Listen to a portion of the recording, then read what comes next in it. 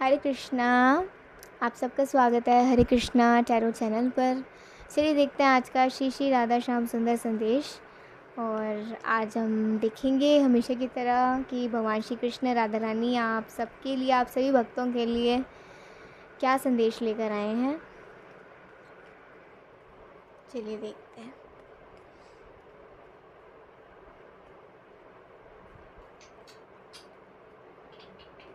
सबसे पहले हम भगवान का नाम लेंगे, फिर उसके बाद आपके लिए रीडिंग शुरू करेंगे। ठीक है। और बिल्कुल अच्छे से आपने जयकारा लगाना है। ऐसा नहीं कि आप बस सुनो, आपने सुनकर बोलना भी है, भगवान का नाम भी लेना है। ठीक है। चलिए। जय जय श्री राधे गोविंद श्याम हरि बोल। जगतगुरु शिला प्रभुपाद की जय। गौर भक्तवृंद की जय। गौर निताई की जय। हरि बोल श्री राधे श्याम।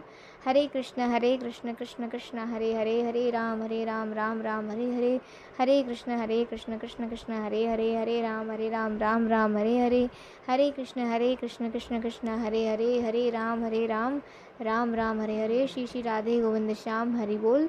श्री वृंदावन धाम की जय। श्री वृंदे मैया की जय। 84 कोस ब्रजमंडल धाम की जय। श्री वृंदावन धाम की सभी वृक्षों की, ब्रजरज की, ब्रजवासियों की, गोपेश्वर महादेव जी की, वैष्णव साधु संघों की, श्याम सुंदर यमुने मरानी की, गोवर्धन गिरिराज महाराज की, कुंज बिहारी लालजू की, बांके बिहारी लालजू, राधा रमन लालजू, राधा वल्लभ लालजू, गोविंद देव जी, श्री गिरधर लाल जी, श्री युगल किशोर जी, श्री राधा विनोदी लाल की जय। हरि बोल। श्री राधे श्याम सुंदर भगवान की जय। जय जय श्री राधे, जय जय श्री राधे, जय जय श्री राधे। पूछरी के लोटा की हुप हुप प्यारे। हरि बोल श्री राधे।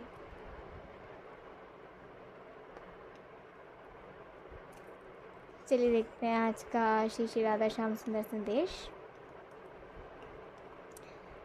प्रार्थना करिए प्रभु से, मैया से, आप सबके लिए आज क्या संदेश लेकर आए हैं प्रभु।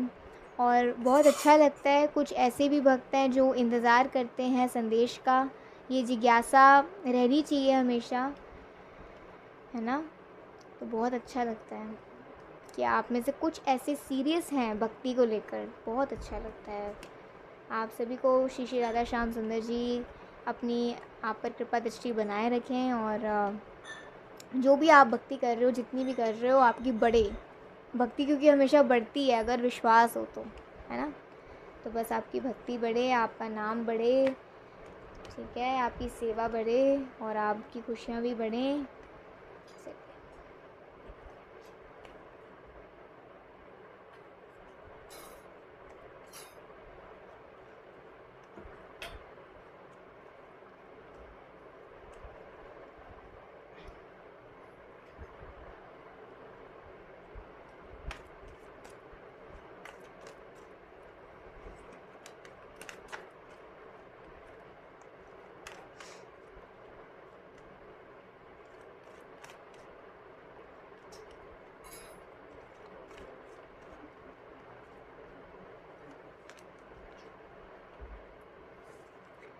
इन्हीं में से देख लेते हैं कोई एक टॉपिक के लिए आज का विषय क्या है, उसके लिए कार्ड।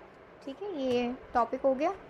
अब उससे रिलेटेड कार्ड्स देख लेते हैं। We have the magician, the moon, we have the dreamer, the devil, 4 of summer, 3 of winter, साथ में है 7 ऑफ कप्स, और हमारे पास हैं 3 ऑफ वॉन्ड्स। ठीक है, 3 ऑफ वॉन्ड्स।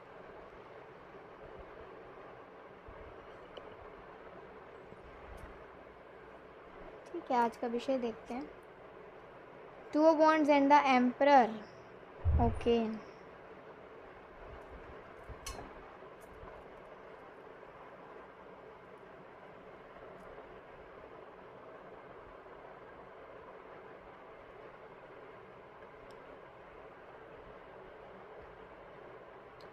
तो देखिए आज का जो संदेश है ना, वो उस प्रकार से है कि हम अपने मन को कैसे शांत कर सकते हैं। हमारे मन में ना कई बार ऐसे ख्याल आते हैं कि हमारा अगर ये काम नहीं बन रहा तो शायद इस वजह से नहीं हो पा रहा। और ज़्यादातर ना जब भी कुछ नेगेटिव हमारी लाइफ में होता है, हम दूसरों को उसका ना रीज़न समझते हैं। दूसरों को दोष देते हैं। और देखिए एक बहुत प्यारी बात हमारे प्रभु जी कहते हैं कि सभी साधु संत कहते हैं कि दूसरों को दोष वही देता है जिसके चित्त में श्री श्री राधा श्याम सुंदर नहीं बसते, है ना। दूसरों को तो दोष वही देगा जो खुद भगवान का नाम नहीं लेगा, लेकिन जो भगवान का नाम लेता है, जो भगवान की उपासना करता है, जो भगवान की सेवा करता है, श्री श्री राधा श्याम सुंदर जी का नाम लेता है, वो कभी दूसरों को ना दोष दे ही नहीं सकता, क्योंकि उसका ना उसके चित्त में कभी किसी के लिए कोई नफ़रत पैदा हो ही नहीं सकती। ये तो बहुत ईजी, मतलब बहुत ईजीली आप समझ रहे होगे कि जो भक्त होते हैं उनके हृदय में ना किसी के लिए कभी कोई गलत भाव आता ही नहीं है। लेकिन जो सिर्फ भक्ति का ढोंग करते हैं ना, सिर्फ दिखाते हैं कि हम भक्ति कर रहे हैं, हम ये कर रहे हैं, हम वो कर रहे हैं, फलाना ढिंगरा, ठीक है, वो दूसरों को दोष देते हैं जब भी ऐसी स्थितियाँ आती हैं, ऐसी स्थिति पैदा होती है तब उनके खुद के जीवन में। इससे क्या होता है, अगर हम किसी को दोष देते हैं, यहाँ पे आप देखिए किसी को अगर हम दोष देंगे उससे हमारा मन भी ख़राब है, we are the devil card. कहीं ना कहीं हम भी स्टक हो जाएंगे, हमारी भक्ति भी आगे नहीं बढ़ पाएगी। जैसी भी भक्ति आज तक करी है हम भक्ति भी नहीं कर पाएंगे, क्योंकि भगवान को वो व्यक्ति पसंद ही नहीं, वो भक्त तो भक्ति नहीं जो दूसरों को दोष देता हो, ठीक है। भक्त वही है जो दूसरों को दोष नहीं देता, उसके जीवन में जो हो रहा है उसे पता है वो उसका ही प्रारब्ध है, वो होता है भक्त जो भगवान का नाम लेता है। दूसरों को दोष देने के जगह पर वो भगवान से उनके लिए प्रार्थना करता है कि अगर ये व्यक्ति गलत रास्ते पर जा रहा है तो प्रभु इसका सही मार्गदर्शन करो। बल्कि भक्तों के साथ भी अगर कुछ गलत किसी ने किया होता है ना तो वो बहुत जल्दी क्षमा भी कर देते हैं। क्यों? उनके हृदय में श्री श्री राधा श्याम सुंदर जी बसते हैं, और भगवान का तो स्वभाव है सबको क्षमा करना, तो भक्तों का भी स्वभाव है, भक्तों का भी स्वभाव है, जो भी पतित है, जो भी अभी भक्ति मार्ग में नहीं है, जिनको नहीं पता है, जिनके अंदर अज्ञानता है, उन्हें वो क्षमा करते हैं, क्षमा करते हैं।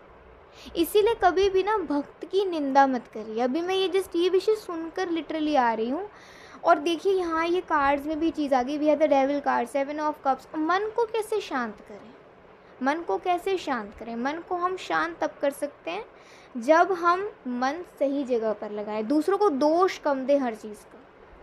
अगर हमें दोष देना है तो खुद को दीजिए कि हाँ ये जो कार्य में विविधा आई है, ये कोई दिक्कत हुई है, ये मेरी वजह से हुई है, ये मेरे ही कुछ प्रारब्ध रहा होगा, मैंने कुछ ऐसा किया होगा जिस वजह से ऐसा हुआ। और प्रभु से प्रार्थना करिए, याचना करिए कि प्रभु मुझ जैसे पतित को अपनी शरण में लीजिए और मुझे भी पावन कर दीजिए, मुझे भी पवित्र पावन कर दीजिए, मुझे भी पवित्र कर दीजिए, मेरे अंदर से सारी अशुद्धियों को निकाल दीजिए। क्योंकि दूसरों को जितना हम दोष देंगे उससे हमारा कार्य भी खराब, हमारा व्यवहार भी खराब, हमारा जीवन भी खराब, हमारा मन भी खराब, और क्या हमारी भक्ति भी खराब, ठीक है। ये बात, ये लाइफ में ये चीज़ को फॉलो करिए कि आपने ऐसा नहीं करना है, दूसरों को दोष नहीं देना है। आप लोगों की लाइफ में जैसे भी है ड्रीमर कार्ड, हमारे मन में ना कई बार ऐसे हम सोचने लग जाते हैं, अच्छा हमारा कार्य ना इस वजह से नहीं हुआ, शायद उस वजह से नहीं हुआ, शायद ये इस व्यक्ति के आने से नहीं हुआ, हम शुभ अशुभ सोचने लग जाते हैं। ये भी बात यहाँ पे आ रही है कार्ड्स में कि हम शुभ अशुभ सोचते हैं। देखिए जिस घर में श्री श्री राधा श्याम सुंदर जी की सेवा होती है उस घर में शुभ अशुभ कुछ होता ही नहीं है, सब कुछ ही शुभ शुभ शुभ शुभ शुभ होता है, सब कुछ अच्छा अच्छा अच्छा अच्छा अच्छा होता है, भगवत रूप में होता है, कुछ भी ये शुभ शुभ के खेल में फंसता ही नहीं, ठीक है। भगवान अच्छे हैं तो जिस घर में भगवान है, जो व्यक्ति भगवान की सेवा कर रहा है उसका जीवन भी अच्छा ही है, अच्छा है जीवन, ठीक है। तो अच्छा जीवन करने के लिए आपको क्या करना है? पहले श्री श्री राधा श्याम सुंदर जी को अपने जीवन में स्थान देना है, अपने आप को अपने प्रभु का दास कहकर खुद को पुकारना है कि मैं प्रभु का दास हूँ, मैं प्रभु का दास हूँ, बस मुझे इतना पता है, मैं और कुछ नहीं हूँ, मैं सिर्फ प्रभु का दास हूँ और प्रभु मेरे स्वामी हैं।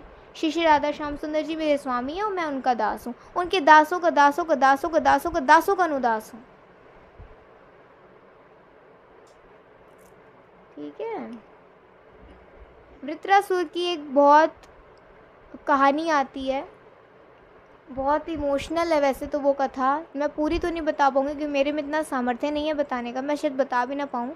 लेकिन सिर्फ एक बात कहती हूँ कि वो राक्षस होने के उसमें भी वृत्रासुर जो थे, जो इंद्र का वध करने के लिए ही उन्होंने जन्म लिया था, तो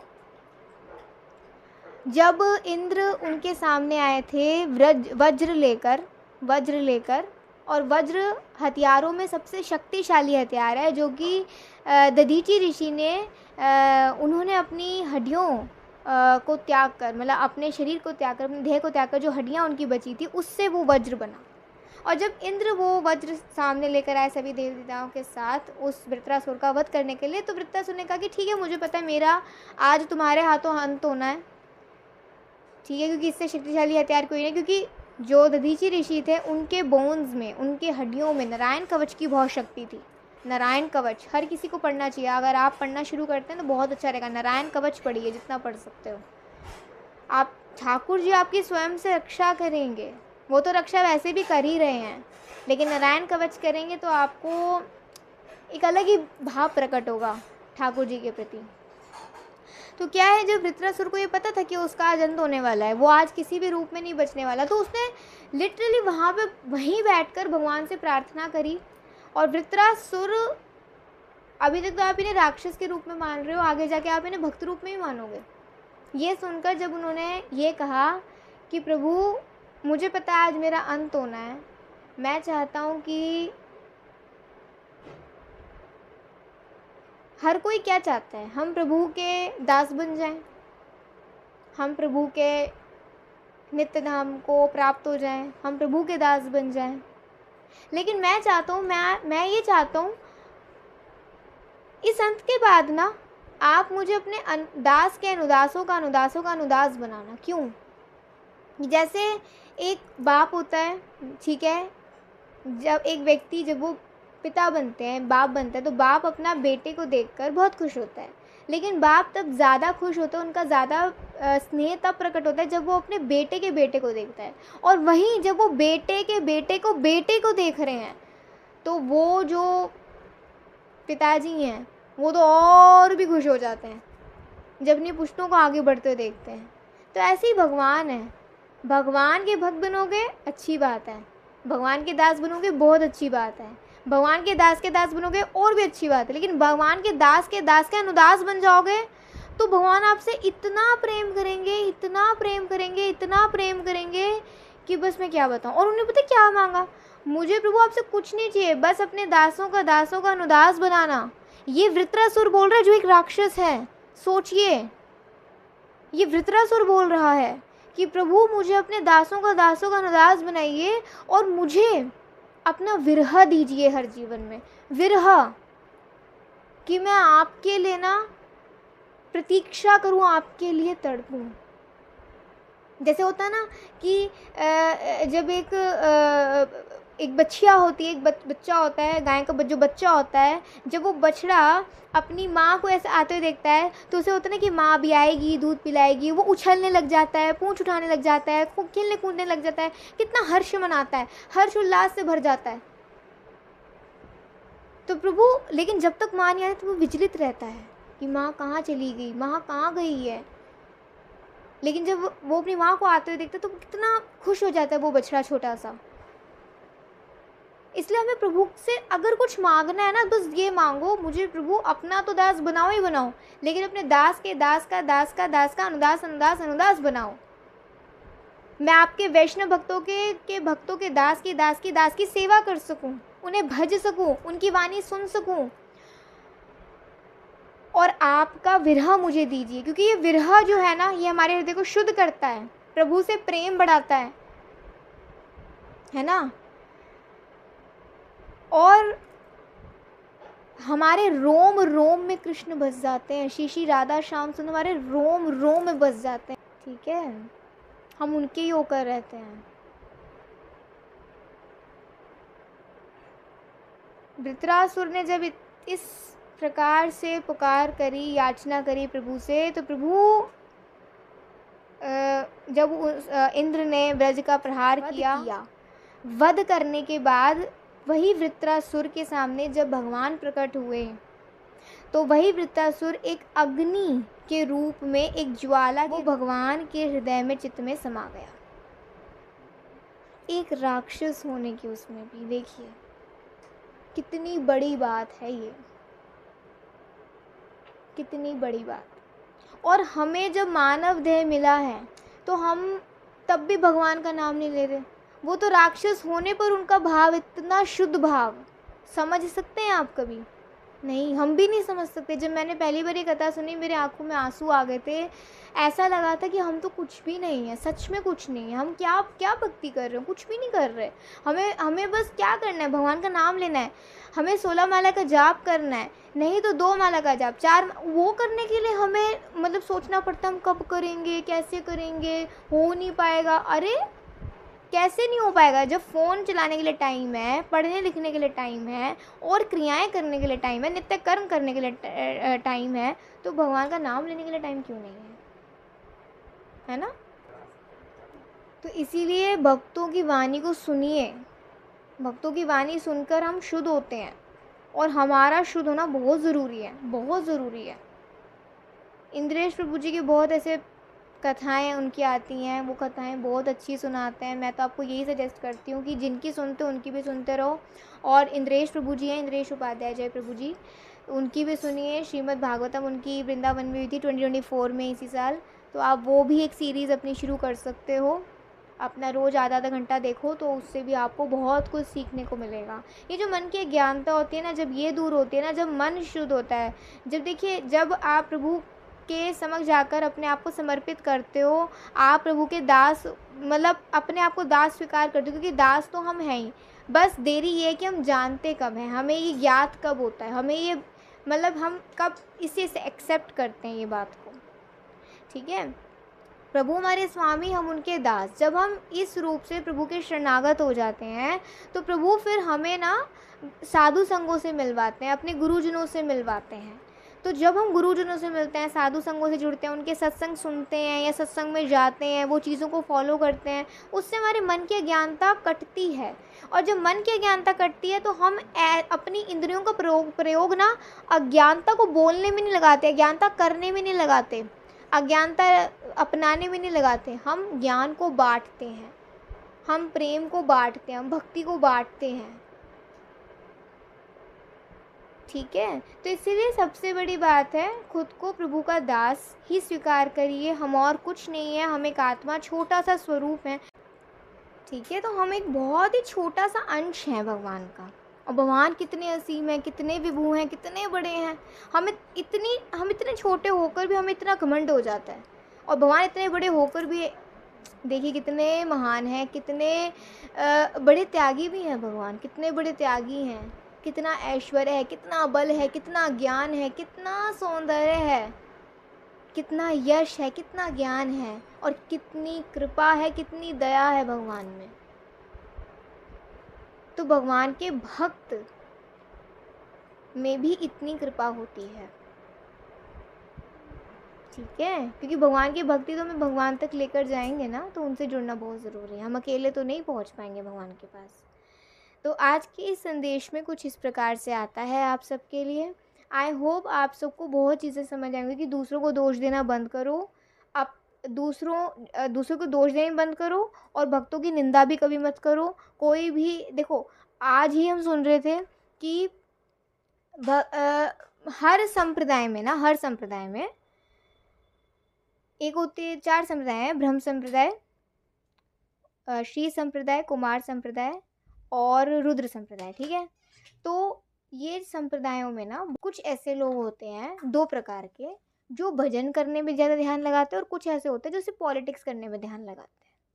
ठीक है, और ये हर में होते हैं, हर जगह में होते हैं। आप कहीं भी चले जाओ, हर जगह में आपको ऐसे लोग मिलेंगे।